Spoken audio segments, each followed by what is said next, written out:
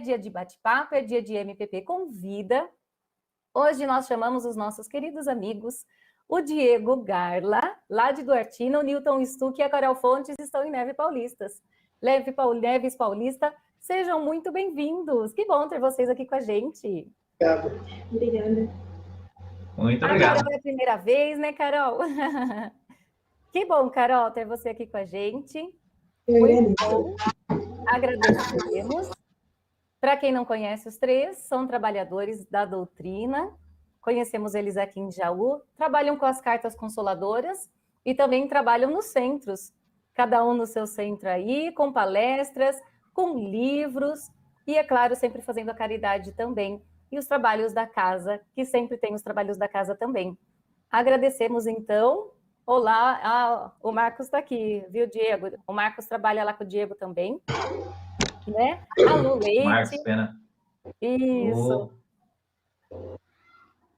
Pessoal então, familiar nosso aqui, todos os trabalhadores aqui, grandes obreiros da caridade. É verdade, Diego, vai sim, né? Ele trabalha lá com o Diego. A Lu Leite, também Leni, muito boa noite. E hoje o nosso tema da noite será sobre mundo espiritual. Um tema que chama a atenção de todos, temos curiosidades, vamos conversar aqui, é claro que é 1 horinha, então a gente vai conversar rapidinho, explanar o tema do mundo espiritual, mas já convidamos a todos para a leitura da doutrina também, leitura de tantas obras que tem, quanto maior o conhecimento, mais a gente aprende e é melhor, certo? Então, vamos começar. Como é a vida no mundo espiritual? Né? O Newton, então... Newton, por favor, pode começar o nosso bate-papo, conversar, fique à vontade. Newton, como é a chegada, né, no plano espiritual? Boa noite, Melissa. Boa noite a todos. É um prazer estar aqui, né, com o Diego, com a Carol. Né, na vida mediúnica, nós precisamos de parceiros, de pessoas confiáveis, onde a gente pode entregar os nossos pensamentos, né, as nossas ideias, dividir, se fortalecer um outro. E o Diego e a Carol me proporcionam isso. Eu e a maioria compartilhamos da ideia de que a morte esteja encabeçando os medos do ser humano, né?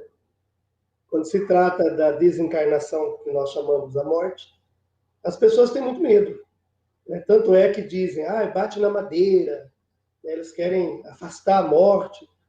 Ela é a grande vilã da vida, né? Vamos pensar assim. Ela destrói, ela afasta, ela tira nós daquilo, da nossa programação aqui da Terra, né? Então, quando se trata da desencarnação, é natural que as pessoas tenham medo e é natural que a maioria não se sinta preparado para deixar o corpo físico, né? Qualquer pessoa vai ter uma desculpa, algo para dizer, né, que possa postergar essa situação. Mas nós todos sabemos que vamos deixar o corpo físico. E o que a doutrina nos ensina é que vai ser mais ou menos feliz de acordo com o tipo de experiência que nós colhemos na Terra.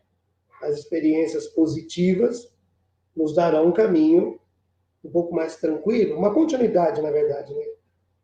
Experiências negativas nos darão um tempo aí à frente de maiores reflexões, e muitas vezes as reflexões, para que nos ajude a crescer, vão encontrar uma bênção chamada remorso, para nos despertar de verdade, né? É um auxílio da consciência para que a gente desperte. Mas a passagem nós vamos fazer. Nós nos preocupamos tanto com a passagem, na verdade ela não é um problema. O problema é a maneira como vivemos. Se viveu uma vida organizada dentro do Evangelho, dentro do bem, dentro da moralização, não tem que se preocupar com a desencarnação. Não precisa disso. Nós vamos concluir um ciclo, né? Nós acreditamos que viemos para a Terra por um período demarcado, numa programação, e quando encerrar essa programação, que pode ser qualquer momento, nós retornaremos para o mundo espiritual. No livro Obreiros da Vida Eterna, nós vamos encontrar um capítulo intitulado A Desencarnação de Dimas. É só para fazer uma ressalva que esse Dimas do livro não tem nada a ver com o Dimas, que é o nosso orientador espiritual. O nosso, na verdade, ele chama Edimas. Nós que abreviamos aí para Dimas, que acho que é mais agradável para nós, mais carinhoso, mais próximo, para tomar umas lambadas dele. Para doer menos. E a gente sempre acha que o espírito superior ele vai sempre vir com doses exageradas de carinho, mas o carinho que eles têm é diferente daquilo que a gente espera, né? É um carinho que nos promove para o bem a longo prazo, a partir de agora. E nós esperamos que eles sejam misericordiosos, nos perdoando as falhas, a preguiça, a ociosidade aí. O Dimas, do livro Brilhos da Vida Eterna, foi um médium na Terra, trabalhou na mediunidade, foi um homem do bem, uma pessoa que formou a família, uma pessoa caridosa, e muitas vezes ficara a noite toda à beira do leito de alguém que estava doente. Ou seja, foi um homem que viveu os postulados do Evangelho. Gastou muito tempo seu, noites de sono exageradas, e na hora do seu desencarne, ele está, fisicamente o corpo está muito mal, a esposa está no quarto, e a espiritualidade chega, o André Luiz e outros, se não me engano, é o Hilário, eles chegam para visitar o amigo Dimas, que está prestes a desencarnar. E ele encontra sobre ele uma teia feita de energias, como se fosse uma rede de pescador, feita de energias, que esse fio vinha da mente da sua esposa, que estava pedindo insistentemente para que a vida espiritual não levasse seu esposo. Eles, entendendo a situação, deram um passe nele, no Dimas, que era ali um moribundo fisicamente. Dimas melhorou, voltou a falar, fez uma linda prece com a esposa, conversou, disse que estava bem, disse, querida, vá para casa descansar, eu estou bem. E assim ela obedece ao companheiro ali e sai do quarto para descansar, vendo que ele estava bem, e a espiritualidade aproveita esse instante para desfazer aquela teia de energia e para desligar Dimas do corpo físico. E eles fazem isso emitindo energias. A mãe desencarnada do Dimas vem buscá-lo, toma ele nos braços, e Dimas se via em pé ao lado do leito, e uma cópia, e o seu corpo, né, como uma cópia, deitado no leito, já inerte. Uma energia leitosa solta-se do seu umbigo, né, do seu umbilical ali, como se fosse causando o enrijecimento do corpo físico. Então, todos que estavam ali trabalharam a espiritualidade para ajudar na passagem do Dimas. O que eu quero ressaltar nisso? Essa história está no livro. Também no YouTube tem uns amigos não é de Frutal, não é de Uberaba, da outra, Uberlândia, do centro lá, eles fizeram um vídeo sobre a desencarnação de Dimas. No YouTube tem. Então, eles fizeram tipo um filme mostrando isso. É um centro espírita lá, muito legal. Então, mostra todo o efeito em forma de efeitos especiais a passagem aí. Mas eu quero ressaltar que, em momento algum, esse irmão moribundo, que estava desencarnando, estava doente, ficou sozinho, nem ele, nem a família dele. E assim que ele sai do corpo, ele é entregue para sua mãe, que já estava no mundo espiritual, que cuida dele por 2 dias, auxilia ele na recuperação, vai com ele no velório do próprio corpo, auxilia toda a família. Então, a questão do desencarne, ela não é um problema. Porque quem está desencarnando não está olhando para si mesmo e vendo seu desencarne com medo. Ele está envolvido por tais energias que ele não percebe tudo isso. É comum a gente ver pessoas doentes, na hora da partida, ou dias antes, começarem a relatar a presença do avô já desencarnado, de um pai, de um irmão. Por quê? Ele já está vendo essa presença espiritual. Ele já está sentindo e enxergando, muitas vezes, os amigos que vêm abraçá-lo, ajudá-lo. Então, a chegada no mundo espiritual, até aquele período que o Allan Kardec diz que é um certo embaraço, um certo torpor, né? até a retomada realmente da consciência para aqueles que não entendem nada, para aqueles que não sabem nada. Agora, a pessoa espírita que tem uma vida reta, um entendimento, se eu souber que eu estou com câncer, primeiro que eu vou saber a minha situação. Eu vou conversar isso com o médico. Eu vou sentir os meus sinais. O Dimas, ele sente ficar os membros inferiores, as mãos, os pés ficam gelados. Ele vai sentindo. Nós que sabemos disso, já sabemos disso, já vamos saber.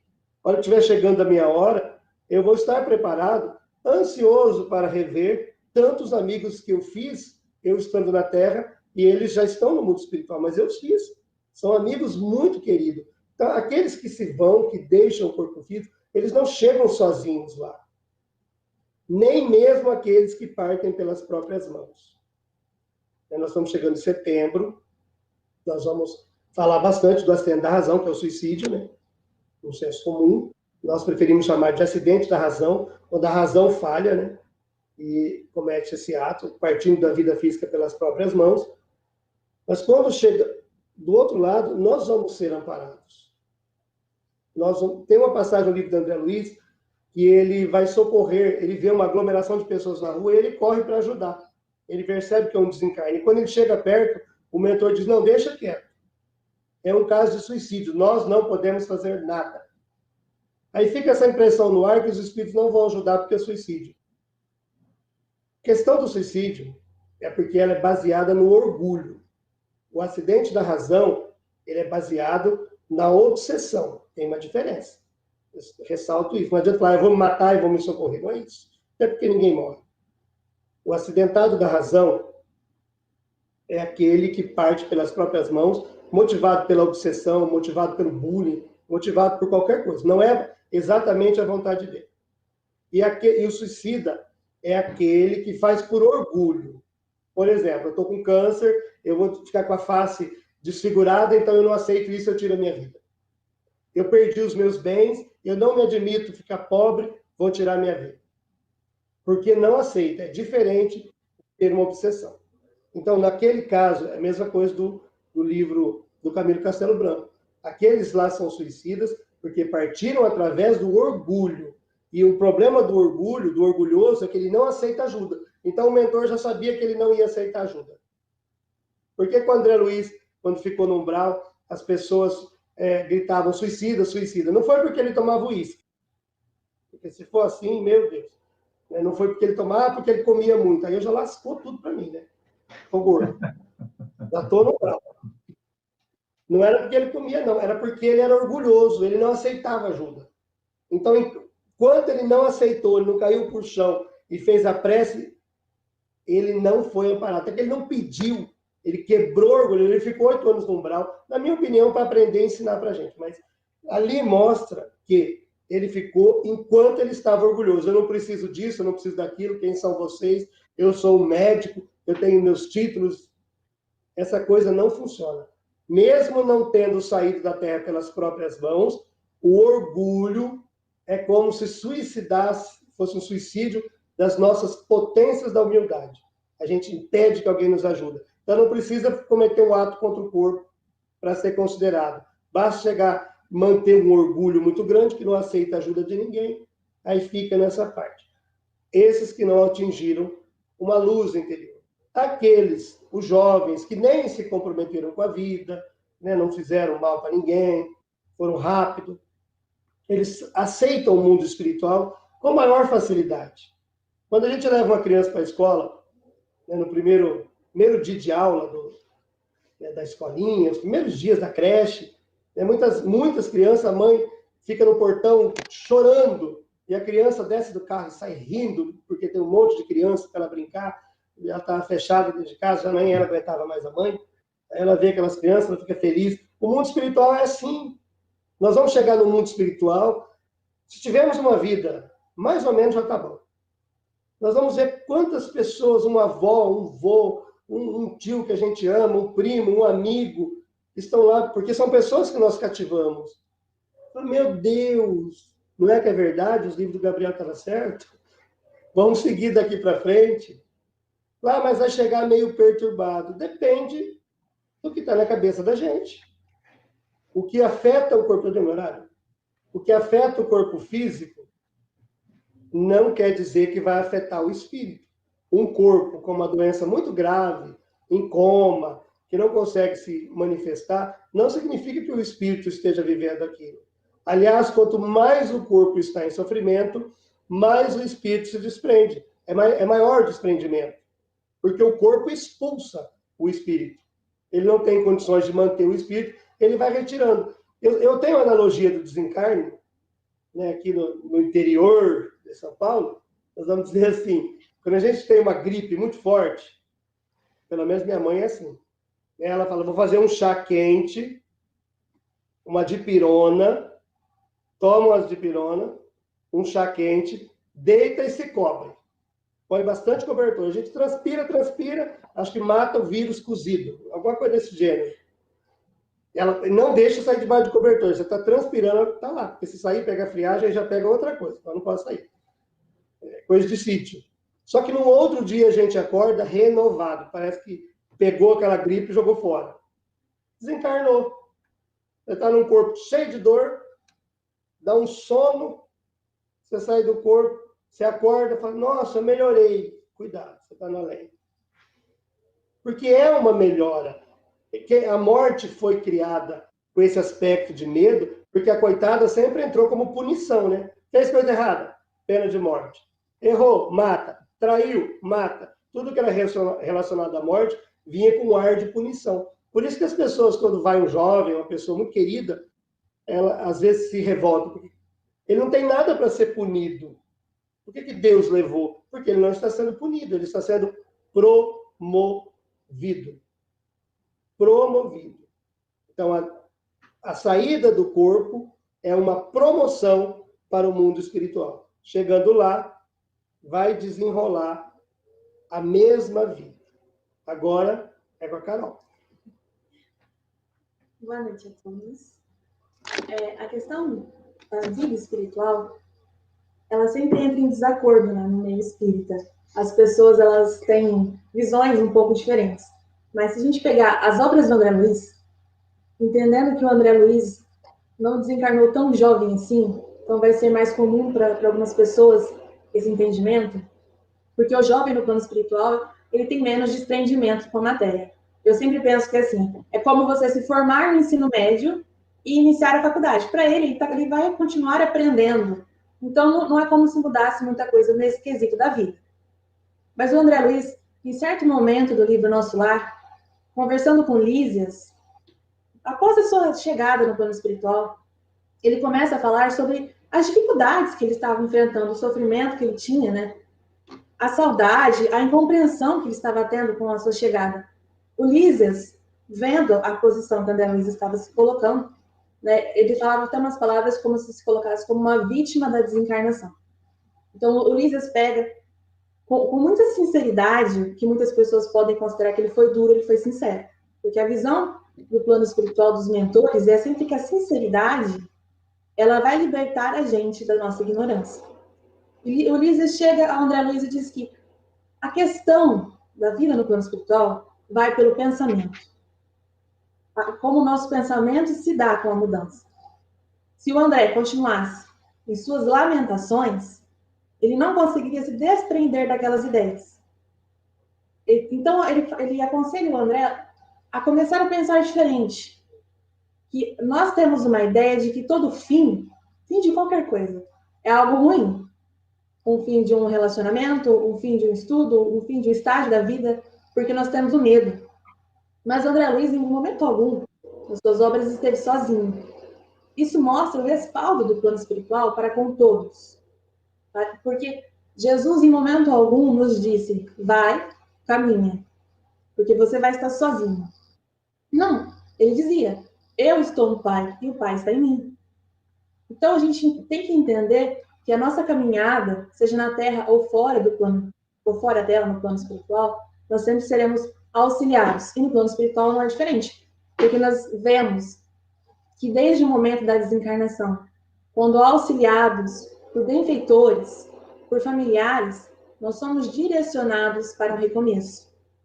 Um recomeço que, embora seja difícil, porque mudar a vida não é fácil, os nossos costumes, os nossos pensamentos, nós reiniciamos a nossa vida.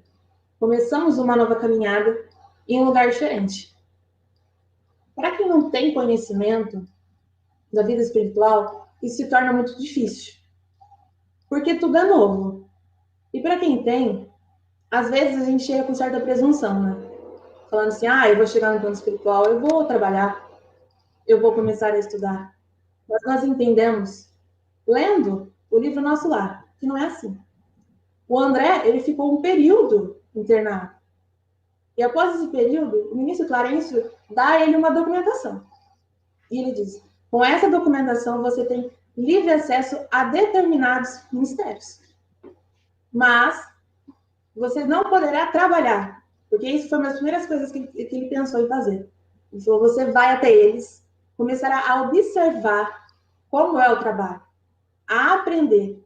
E após um ano desse período de adaptação, de reconhecer quem você é agora, nós iremos ver se você já está pronto para o trabalho. O Dimas, no livro Gabriel Falando na Espiritualidade, ele dá também mais ou menos essa estimativa de tempo. 1 ano, 1 ano e meio a 2 anos, para que o espírito possa começar a trabalhar, a crescer no plano espiritual nesse quesito. Mas o estudo sempre está incluso.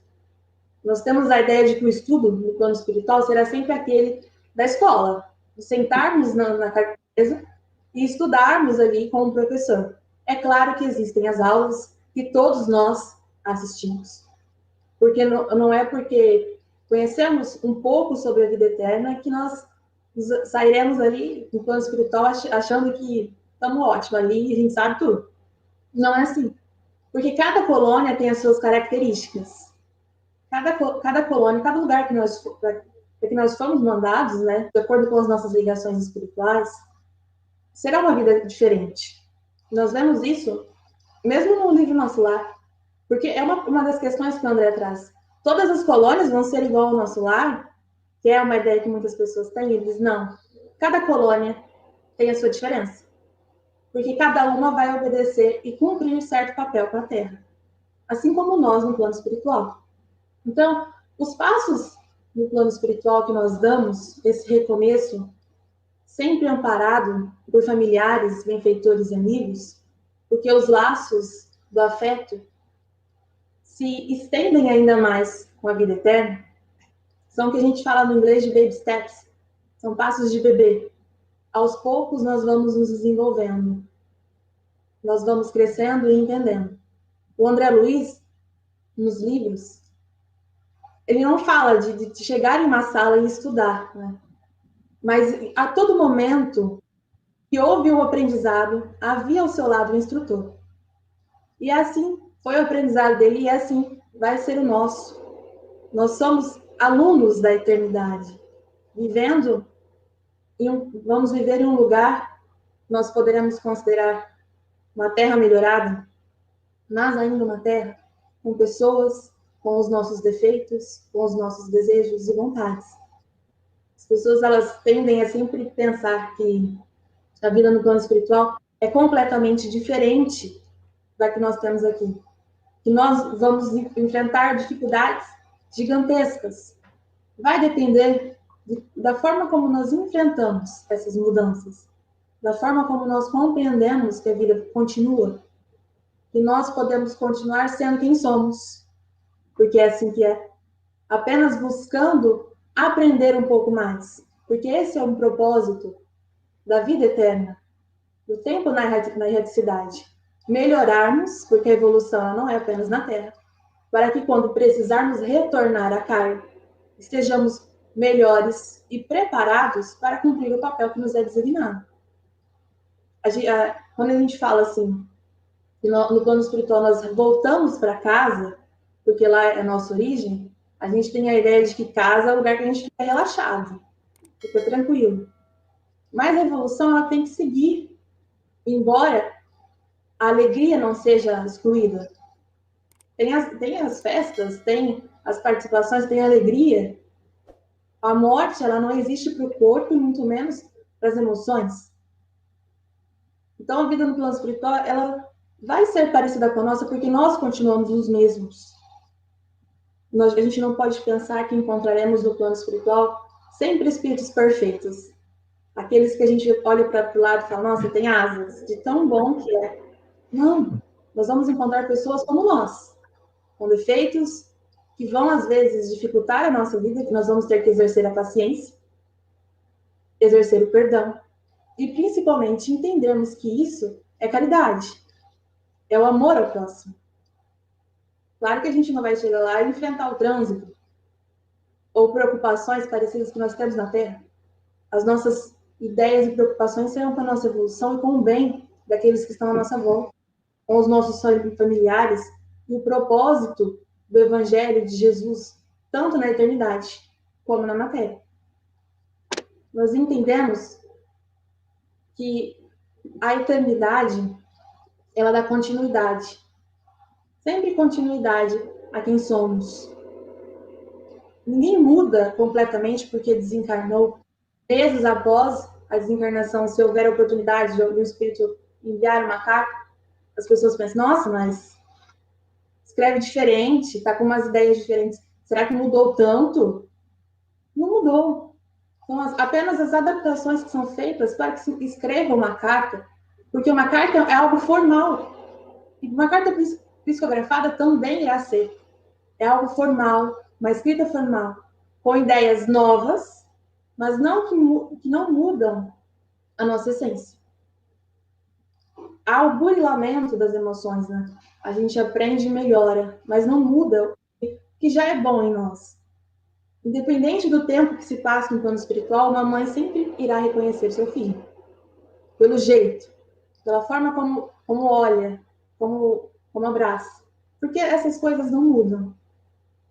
Outro ponto que muitas pessoas questionam, assim, pelo menos eu vejo questionar, é o tempo de cada um no plano espiritual. Quanto tempo eu vou ficar no plano espiritual até que eu tenha que reencarnar? Se eu for reencarnar, né? Nós temos a necessidade de evolução. E essa evolução é posta em prática na Terra. Assim como espíritos evoluídos vêm à Terra ou outros planetas, outras dimensões, para levarem o progresso. O tempo que nós ficamos no plano espiritual, ele vai depender do grau de aproveitamento que temos dessa vida nova e das nossas programações, daquilo que nós devemos realizar. Nós não podemos pensar que vamos ficar 100 anos no plano espiritual, quando a gente vê no livro, no filme Nosso Lar, que a dona Laura reencarna para auxiliar a neta. O amor, ele presta o auxílio, ele auxilia quem precisa, quem o busca.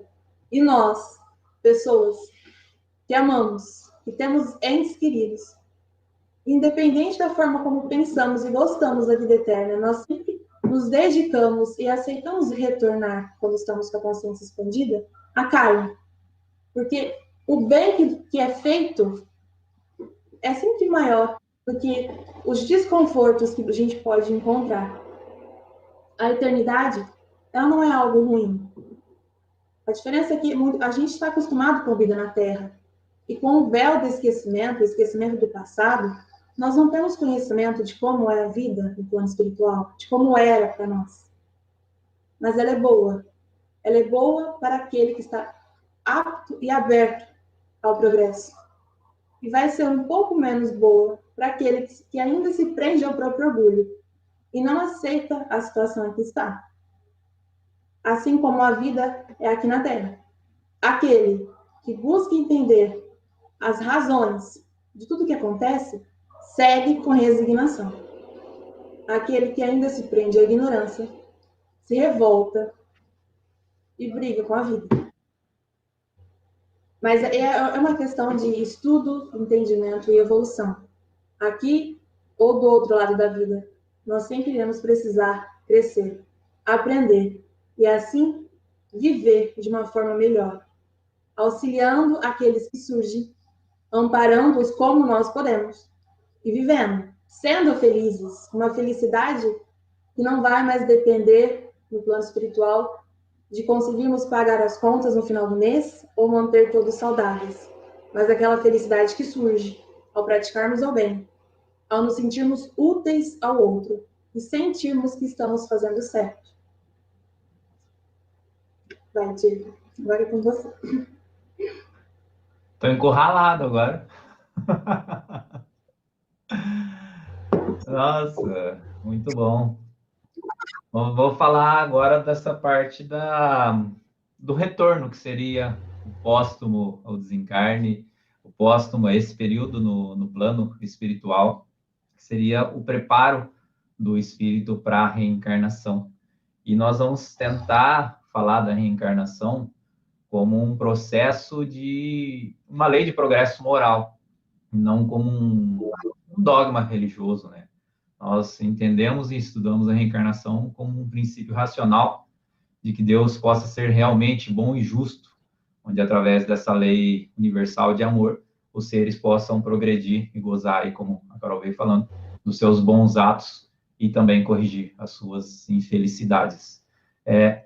Embora nós não possamos comprovar cientificamente, com números precisos matemáticos, a questão da reencarnação, por não possuirmos uma tecnologia, né, uma ciência que nos capacite a estudá-la, nós temos, através da nossa consciência, através da nossa própria razão, e também muitos relatos, né, de pessoas, de crianças, muitas vezes, que trazem experiências, vivências e tantas comprovações de outras vidas, né, com tantas riquezas de detalhes. Dando sequência, meus irmãos aí que trouxeram histórias de André Luiz, eu também peguei uma obra de André Luiz para falar, um exemplo de reencarnação, e é do livro Os Missionários da Luz, essa obra maravilhosa aqui. O capítulo 13, André Luiz, ele fala de uma experiência que ele viveu de reencarnação, e ele vai falar do espírito de Segismundo, que vai passar por uma experiência junto com os mentores Alexandre e Herculano. Eu separei esse texto porque ele tem uma ampla riqueza de detalhes que vai nos elucidar dessa lei de amor que age diante desse processo reencarnatório que todos nós vamos nos envolver. É uma lei de amor, porque a gente vai observar nessa narrativa que o Segismundo ele vai reencarnar entre o casal Adelino e Raquel. E nessa última encarnação, Segismundo ele cometeu um grave erro nessa encarnação, que ele foi tirar a vida de alguém, e esse alguém era Adelino, que vai vir a ser o seu pai nessa vida futura, né?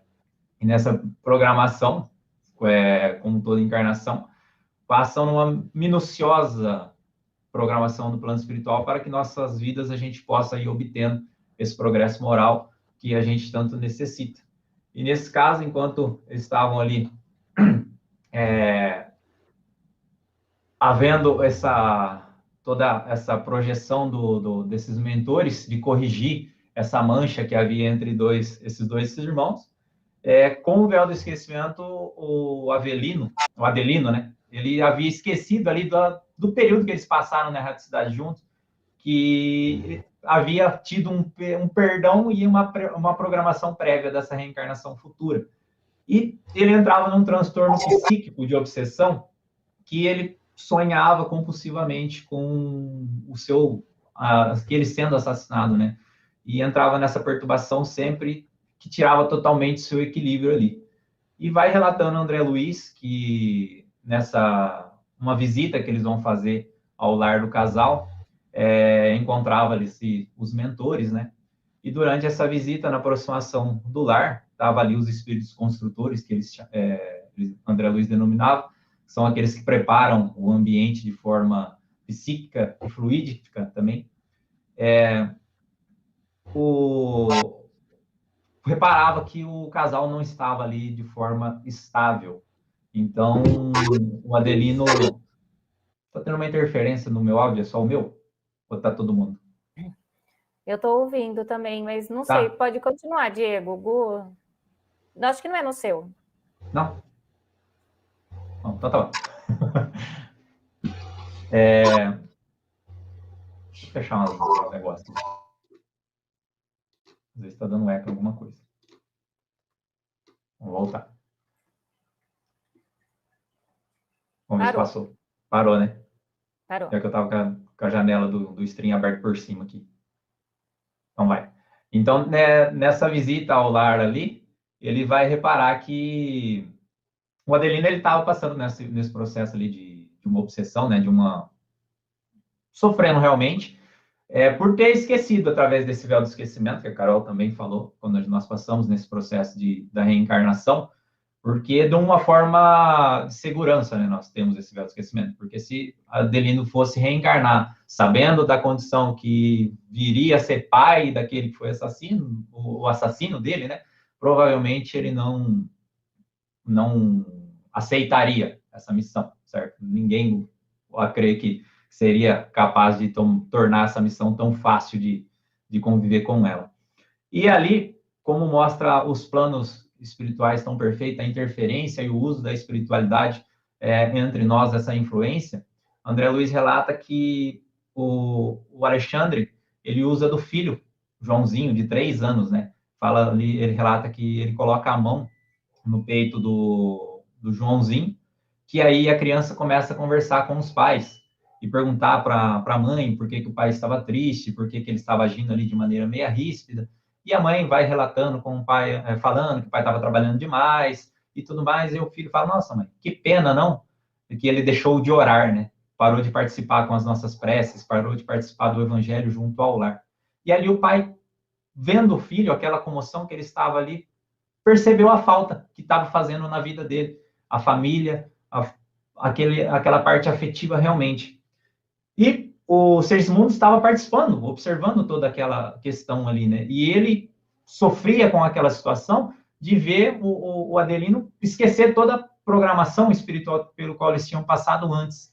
Então, subtilmente nessa ação dos mentores ali, ao entrar no lar através desse amor ali, né? Nós podemos enxergar, né, aquela passagem de Mateus, né? Aquele que te ferir a face direita, mostra também a outra.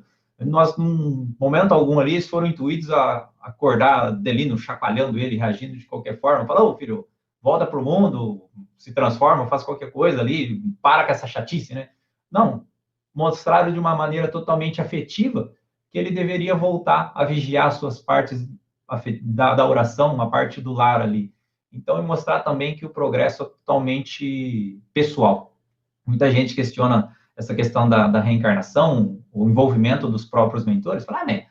Se o mentor é tão bom, tão poderoso, por que ele não vai ali já então resolve tudo, né? Coloca a mão, transforma todo mundo reencarna e passa a ser feliz por si só. E aí Alexandre explica para André Luiz ali que o progresso é totalmente pessoal, que é através dele que nós iremos realmente nos modificar, né? Com essa necessidade da renovação, nós vamos nos envolvendo com boas energias desses irmãos através dessa família, e esse evangelho no lar eu queria equilibrar a energia, a sintonia do casal, para que houvesse ali a condição do Segismundo vir entre eles com a perfeição necessária do reencarne, né? Então, vai narrando André Luiz também, que durante a noite, na hora que o casal repousava, no desdobramento ali dos sonhos dele, Raquel, como estava num plano mais elevado, né, um espírito de uma forma mais sutil, ela ali no seu desdobramento, ela vai de encontro com a sua avó materna. Então, um sonho mais leve, mais prazeroso. Já Adelino, como estava ali envolvido ainda naquela perturbação, tem uma matéria mais densa, se arrastava realmente no sonho, e entra naquela perturbação e dá ali esse de encontro com o Segismundo, só que é a companhia de Alexandre. E Alexandre vai ali intermediar, tentar novamente apaziguar a situação dos dois para que eles se resolvessem, né? E Adelino começa a apontar e se questionar novamente, falando, mas esse assassino, e acusando ele novamente. E Segismundo estava ali quieto, vamos dizer. Então você vê que ele não estava sofrendo de uma obsessão, porque Segismundo não estava perseguindo ele. Na realidade, o que estava acontecendo é que Adelino não havia perdoado ele efetivamente. Então, estava acontecendo, o que ele estava carregando ali era uma ausência do perdão. Então, o mal que havia não estava no assassino, estava naquele que estava carregando uma mágoa ainda, né? Então, havia ali a interferência do plano espiritual para que houvesse a encarnação de uma forma efetiva, para que o lar tivesse uma maneira realmente coerente de haver o progresso para todos. Nós vemos entrar em ação a lei de causa e efeito, né? Essa lei de causa e efeito é o que dá sentido à vida, é o que faz Deus ser justo, é o que ninguém se torna vítima, ninguém é coitadinho injustiçado. Nós somos todos responsáveis pelo que nós praticamos. Então, nesse planejamento, nós vemos novamente o amor ser soberano a tudo.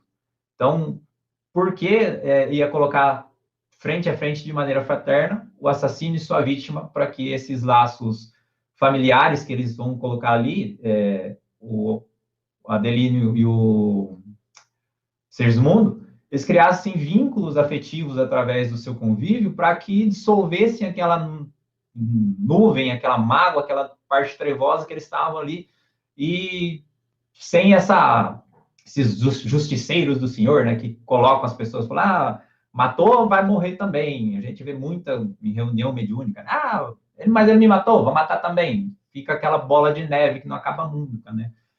Segundo Gabriel Martins, numa obra que eu tive o prazer de participar junto com o Newton, um trecho ele fala que para uma pessoa nascer condenada a ser assassinada, a pergunta do Dimas era se alguém nascia condenado a ser assassinado, né? Ele fala, para uma pessoa nascer condenada a ser assassinada, uma outra também tem que nascer condenada a ser assassino.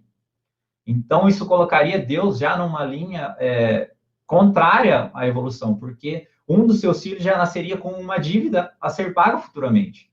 Então, não faz justiça, não faz sentido um ser já nascer condenado a errar, certo? Não faz coerência, foge da lei do amor, né? Foge da nossa compreensão do progresso. Então, essa questão de, morreu agora porque ele matou lá atrás, e assim vai. Então, não tem coerência. Eu achei essa resposta, esse pensamento que o Gabriel passou, maravilhoso. Então, eu achei importante frisá-lo aqui. Então, essa forma amorosa que Deus encontrou, seja do mundo, ser menos irritado e progredir através da lei do amor, foi qual? Que ele nascesse com um problema cardíaco. André Luiz relata lá, que o Alexandre fala que ele teria um problema que desenvolveria no futuro, na vida madura, um problema cardíaco que ele exigiria dele que ele fosse menos estressado, ou menos compulsivo à ira, que foi no caso que gerou ele a praticar o assassinato ali do Adelino na última existência, pelo qual eles tiveram um problema.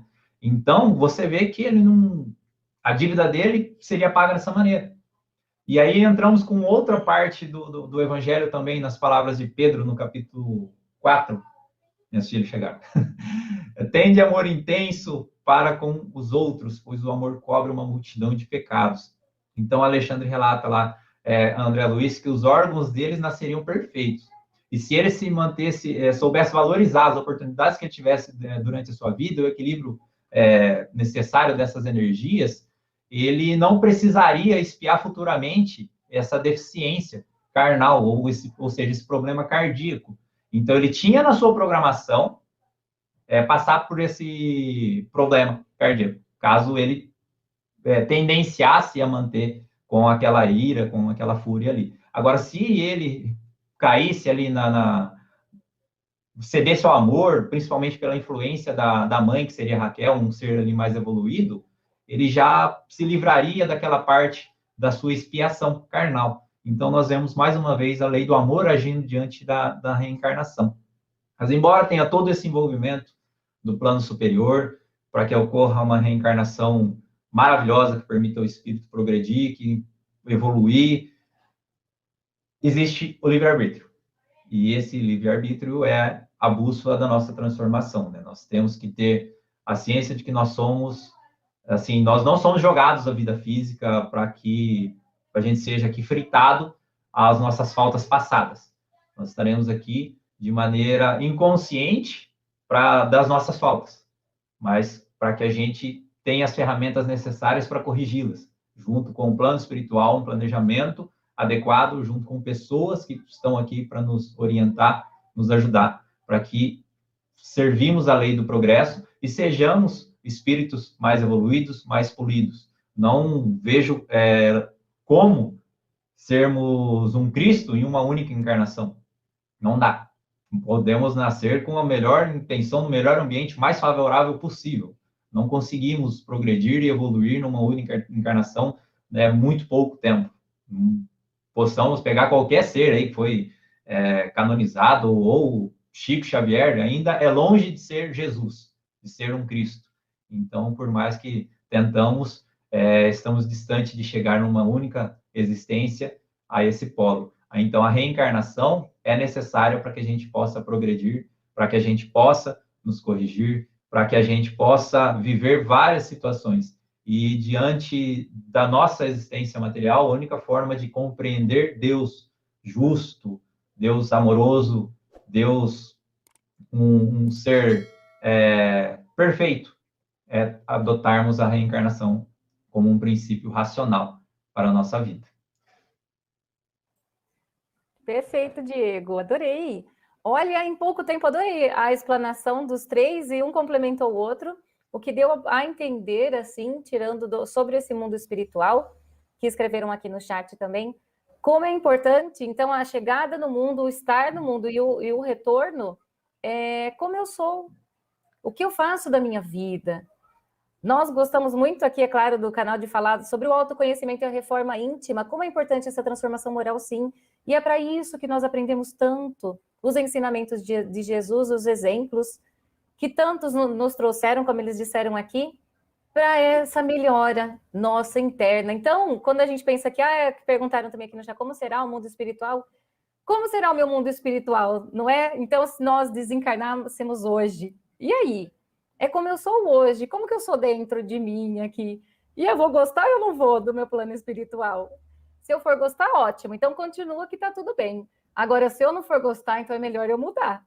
Se eu for achar que o meu plano espiritual não tá muito bom, é melhor eu mudar, já que dá tempo. Como eles falaram aqui, dá tempo, né? O Diego falou, não é numa encarnação, não. Então, a gente vai crescendo devagarzinho, é fazer o bem.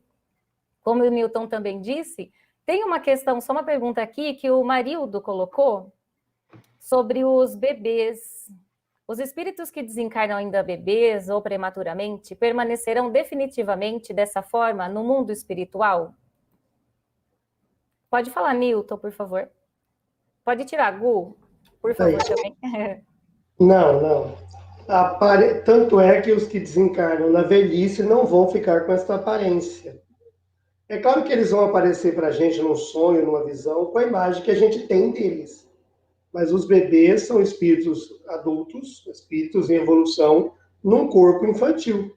Quando eles deixam a matéria física, né, por um período eles vão ficar crianças, vão crescendo numa velocidade mais rápida, conforme a consciência expande, ele pode, por exemplo, um aborto, já chegar um adulto do outro lado, um aborto espontâneo, depende do grau de evolução de cada um, mas não vai ficar criança para sempre, porque o espírito, vamos pensar que o espírito ele se mantém aí uma meia-idade, assim, uns 30 anos, essa aparência aí.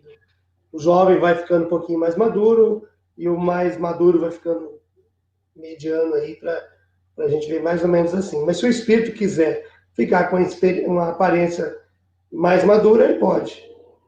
Isso independe dele. Na verdade, os espíritos que expandiram a consciência, eles não se preocupam tanto com a aparência, eles se preocupam com o interior deles. Então, eles vão ficar com a aparência que lhes causem uma boa impressão e também aqueles que o cercam. Mas a criança cresce. Sim, é mesmo, Newton. E a Marisa, ela só faz um comentário aqui, que as notícias de nossos entes queridos do plano espiritual que vocês nos traz a vida no outro plano. E é muitas informações e ensinam sempre. Também perguntaram aqui no chat que gostam de saber sobre as colônias, sobre esse mundo espiritual. Tem muitos livros também. Não é tanto aqui de vocês também. Aqui, gostaria de ter mais notícias das colônias espirituais, a Denise também está falando. O Gabriel também traz muitas notícias, não é através dos livros. Já indicamos aqui, não é, Newton? Pode falar, Newton, ou Diego, né, Carol? Já indicamos aqui o livro de vocês, que sim, trazem muitas informações sobre como é lá o plano espiritual. Principalmente o primeiro do Gabriel. ele trata muito desse assunto. É toda a vivência numa colônia espiritual, né? Ele não vai falar especificamente da colônia, mas vai falar do mundo espiritual. É esse aí, Diego. Eu esqueci o nome. Já que você quer me ajudar. Esperança além da vida. Esperança além da vida, né? Deu um branco, ou um azul, sei lá. A gente não pode falar nem cor mais, que dá problema, né? Mas, assim, entender sobre colônias, né? Nós vamos ter vários livros, principalmente o Nosso Lar, do André Luiz, que vai falar muito sobre isso. Evolução dos mundos, né? E a vida continua. As obras de André Luiz são cheias disso. Mas eu vou falar um particular meu. Não se preocupe com colônias. Se preocupe por dentro. Se estiver bom, vai para uma colônia compatível. Se estiver ruim, vai também para uma colônia. Compatível. Sempre vamos tentar, pelo amor de Deus, sempre. No livro Voltei, do irmão Jacó, diz assim: em qualquer lugar que estejamos. Ai, Diego, eu vou falar agora, eu vou te pegar. Vou falar o que não tem. No livro Voltei, o irmão Jacó diz o seguinte: em qualquer lugar que estejamos, Tem bastante livro aqui. sempre terá céu aberto sobre a cabeça e solo firme debaixo dos pés. Ninguém vai ficar flutuando. Sempre vai ter um lugar. Allan Kardec diz que o perispírito se adapta ao mundo onde o espírito necessita viver. Então, a gente não precisa se preocupar, né? Hoje eu ouço muito vale disso, vale não sei do que, vale compra, vale tudo. Tem que tomar muito cuidado com isso, porque estão inventando muitos vale, né, para as coisas, né? E fica muito, eu tiro vale dos drogados, vale da prostituição, gente, de onde que acha isso? É muito vale, vamos cuidar com esses vale aí, porque tem muito enfeite também no meio das histórias. As colônias é um lugar de amor, uma cidade, vamos dizer assim, um ambiente onde nós estamos sendo direcionados, sempre. Sim, ótimo, Newton. Concordo, né? Tudo é o nosso interior. Então, tudo é a sintonia e a vibração. Então, é tudo sintonia, com certeza. E alguns aqui disseram também que chegaram atrasados. Fiquem tranquilos, a live fica gravada. Começamos antes hoje e já vamos encerrar também, porque o Newton e a Carol têm uma palestra agora, às 8 horas. Então, pedimos antes do encerramento que compartilhem a live, que foi muito, muito interessante. Também se inscrevam aqui no canal, que estamos sempre falando desse autoconhecimento da doutrina espírita, para sempre melhorarmos. Curtam o vídeo, divulguem se foi bem, né? Fez bem para nós, com certeza fará para outras pessoas também. Newton, Carol, obrigada. Boa palestra para vocês. Diego, obrigada também. Querem deixar um recado final, por favor? Eu agradeço pelo tempo, por nos dar essa oportunidade de falarmos um pouco sobre os nossos conhecimentos sobre a vida eterna. Desejo a todos uma boa noite e que Deus nos abençoe para que nós possamos continuar com a nossa caminhada, sempre de evolução, de amor e de felicidade. De gratidão. Diego. Agradeço pela grande oportunidade de aproximar com meus irmãos queridos, você também, através dessa live, poder falar um pouquinho da nossa doutrina, um pouquinho sobre a reencarnação. Não se preocupem se vão reencarnar ou não, para aqueles que não acreditam. Se tiver que reencarnar, vai compulsoriamente também. Mas tenham fé e acreditem no reencontro e na vida que continua dos nossos entes, na nossa também, para que tudo se torne mais amplo, mais consolador a todos nós. Muita paz. Eu vou responder aqui, usar a mediunidade agora. Sessão de psicografia retornará quando pudermos usar 100%, né, do nosso espaço. Porque mesmo com 80% a gente não consegue, porque na verdade nós usamos 300% e não 100%. A nossa quantidade de cadeiras sempre é insuficiente. Então, dependemos de decreto, dependemos de realmente estar um número grande de pessoas vacinadas e tiver tudo liberado, aí a gente vai divulgar nas nossas páginas. Por enquanto, a gente ainda não sabe. Bom, muito obrigado. Elissa, obrigado. Pessoal, obrigado. Desculpa alguma coisa. De nenhum nós três, nós não temos a palavra final, nós falamos daquilo que nós estudamos. Não e a nossa opinião. Não estamos determinando algo. Nós falamos daquilo que nós estamos estudando e pudemos entender.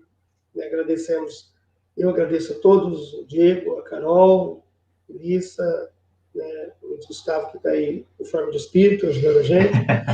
A mentoria. A mentoria, ninguém vê. Sempre muito bom. Daqui às 8h15, nós estaremos numa palestra na página da Casa Espírita Gabriel Martins. Muito obrigado, gente. Isso que eu ia falar, Newton. As cartas não voltaram, mas as palestras continuam, os estudos continuam, então, por favor, vamos participar, sim, com certeza, vamos aprendendo. Sim, as palestras continuam. E a gente aguarda, não é, Newton? Também, Newton, estamos à disposição, agradecemos e desejamos a todos uma ótima noite.